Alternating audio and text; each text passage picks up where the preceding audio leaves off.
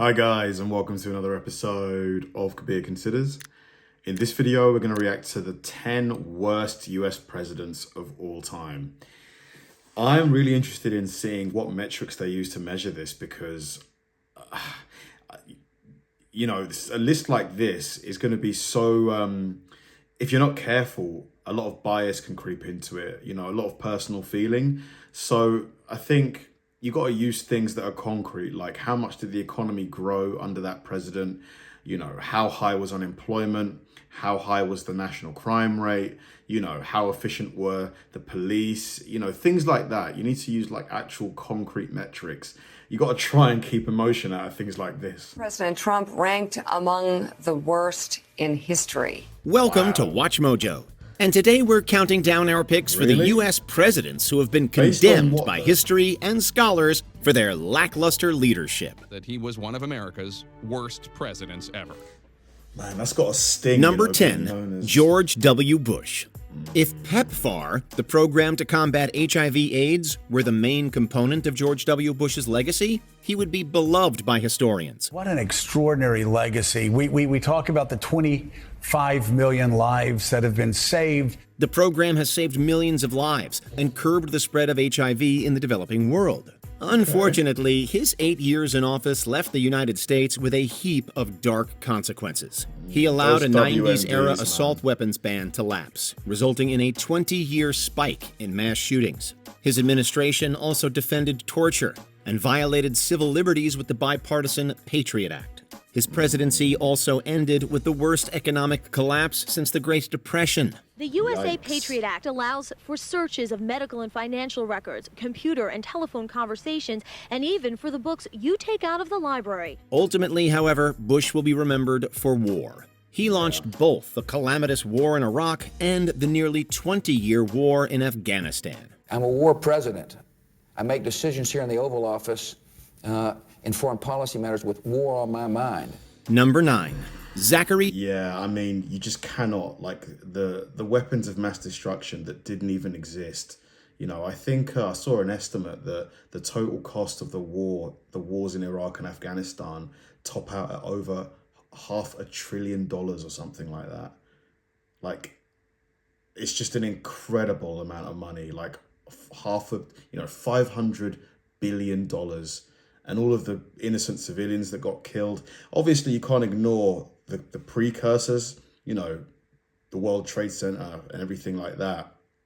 But yeah, I mean, how did you, like, the WMDs didn't exist with all of the, intelligence that the US has, like, in terms of its, like, the Pentagon and, all of the agencies. How did they not know that the weapons weren't real? In 1849, there arose to the high office a 64-year-old fighting man who was so politically inexperienced he had never even voted.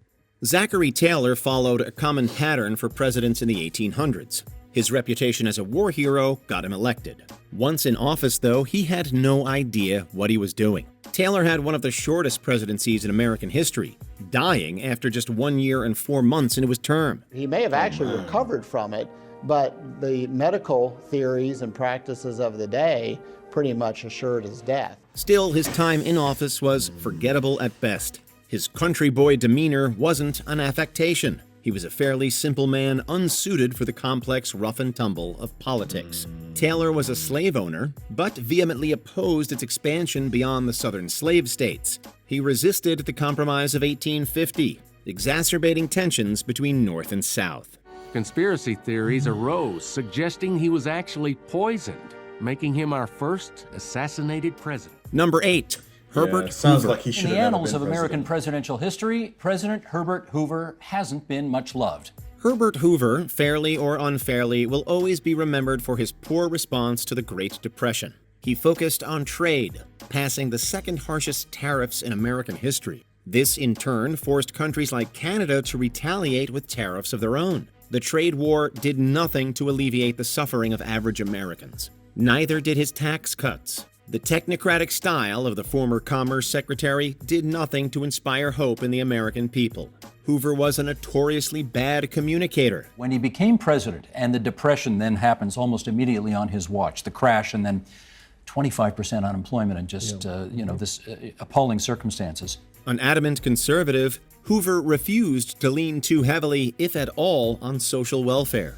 His politics made him seem cruel to the American people, who happily ousted him for Franklin Roosevelt. Franklin Roosevelt was a genius of a politician, and he blamed the entire Depression on Herbert Hoover. Number 7, John... I mean, dude, so you're the president presiding during the Great Depression. You know, most of the population is suffering.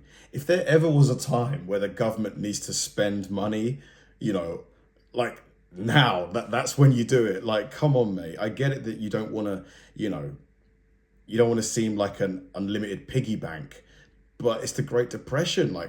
Did he have any economists work? What? I just don't understand that.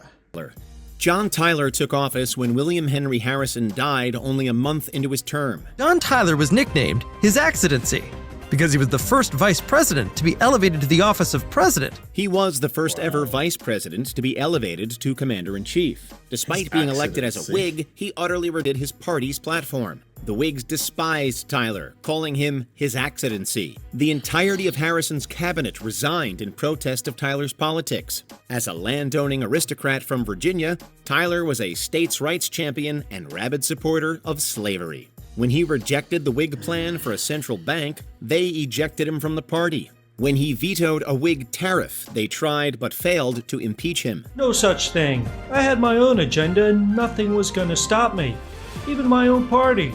After his presidency, Tyler became a Confederate representative. Number 6, Millard Fillmore. Where would you like to see Millard Fillmore ranked among presidents? He's now 7th or 8th from the bottom, and I hope my book puts him back where he belongs in the bottom 5. Millard Fillmore took office when Zachary Taylor died in office in 1850. One of his first acts as president was to support the Compromise of 1850. The Compromise was a package bill to foster a détente between slave and free states. Unfortunately, that peace was brought by allowing the spread of slavery in new territories. Worse, it included the Fugitive Slave Act, which forced the federal government and citizens of free states to capture and return escaped slaves. It punished people who harbored runaways, members of the Underground Railroad, with both civil penalties and criminal penalties, including up to 6 months imprisonment if they were caught and prosecuted successfully. Fillmore believed that Crazy. So if you showed compassion towards the slaves, you get severely punished for it. Compromise would stave off conflict. While it may have delayed the Civil War, it only exacerbated tensions. He also completely sidestepped the moral question of allowing slavery to fester. During the Civil War, he basically supports the Confederacy by the end of the war. Number 5, Warren G. Harding. And as president, he admitted to friends he really wasn't up to the job and didn't understand foreign affairs. Then why didn't he recuse himself? Why didn't he leave? Dude, if you know you're not up to the task, leave. Is an odd entry on this list. He died in office as one of the most popular presidents ever. His former attorney general called him a modern Abraham Lincoln. But in the century since his presidency, a great deal of information has come out about him and his administration.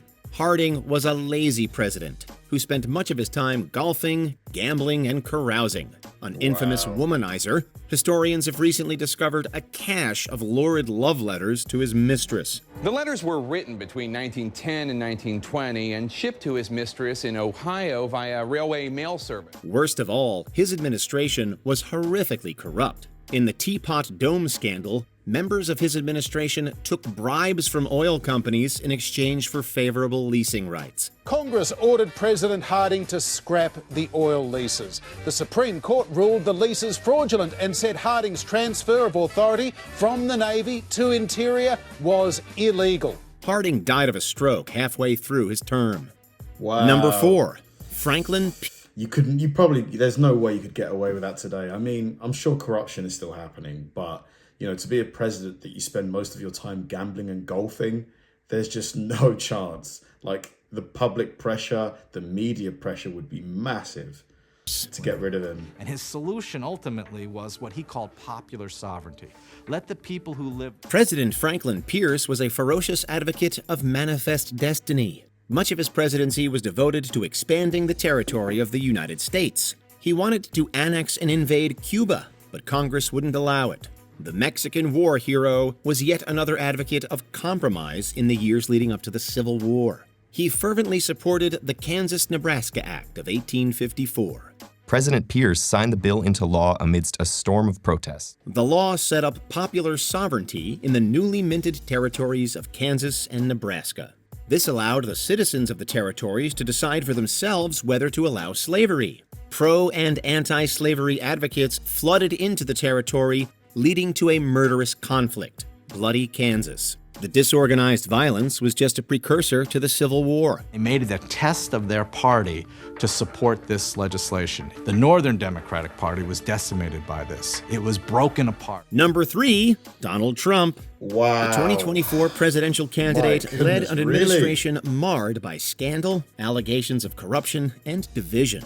Trump was the first president in U.S. history to get impeached twice, though he wasn't convicted. President Trump has just been impeached on both Article 1, abuse of power, and on Article 2, obstruction of Congress. His controversial leadership boiled over in 2020. He contradicted his own experts during the COVID-19 pandemic, spreading confusion and misinformation. He promoted unhelpful medications and once intimated that COVID patients should ingest bleach. Clarify your comments about weird. injections of disinfectant. No, I was asking a question sarcastically to reporters like you, just to see what would happen. Experts believe that his communications to the public exacerbated the pandemic and its death toll. After the 2020 election, his presidency ended with a rally on the Ellipse where he spread misinformation about the election. He encouraged his followers to march on the Capitol, where they engaged in a violent insurrection. Today, he is under indictment in 4 jurisdictions for various alleged crimes. And I can tell you now officially